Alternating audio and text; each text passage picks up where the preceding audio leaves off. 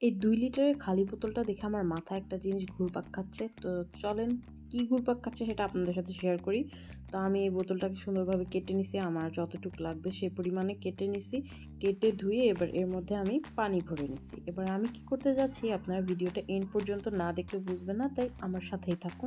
আমি আজকে একটা এক্সপেরিমেন্ট করতে যাচ্ছি যেটার জন্য আমার টাইম লাগবে ১৫ থেকে ২০ দিনের মতো। তো আমি আপনাদেরকে আজকে এটা ১.৫ মিনিটের মধ্যে দেখাবো। তো আমি এখানে কলমি শাকের কিছু ডাঁটা নিয়ে নিয়েছি।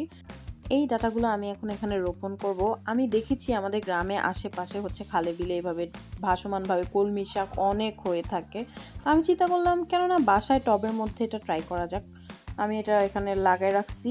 তারপর এই যে দেখতে পাচ্ছেন ৬ থেকে ৭ দিন পর এখানে হচ্ছে ছোট ছোট কুশি বের হইছে। মানে এগুলা শাক হবে অনেক বড়। আমি অনেক এক্সাইটেড। আর এটা হচ্ছে ১২ দিন পরের ফুটেজ। এখানে দেখতে পাচ্ছেন যে ছোট ছোট পাতা বের হইছে।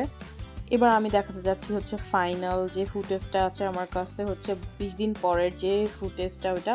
এখানে দেখতে পাচ্ছেন সুন্দর কলমি শাক হয়ে গেছে এগুলা। আমি তো এখানে স্বল্প পরিসরে করছি। আপনারা চাইলে এটা ৫ লিটারের ২-৩ টা বোতল কেটে এভাবে করতে পারেন। তাহলে আপনারা হচ্ছে এখান থেকে নিয়ে শাক ভেজে খেতে পারবেন। আমি তো জাস্ট এক্সপেরিমেন্টালি করছি। তো নেক্সট টাইম আমি আরও বড় পরিসরে করার ট্রাই করব। সেই পর্যন্ত টাটা।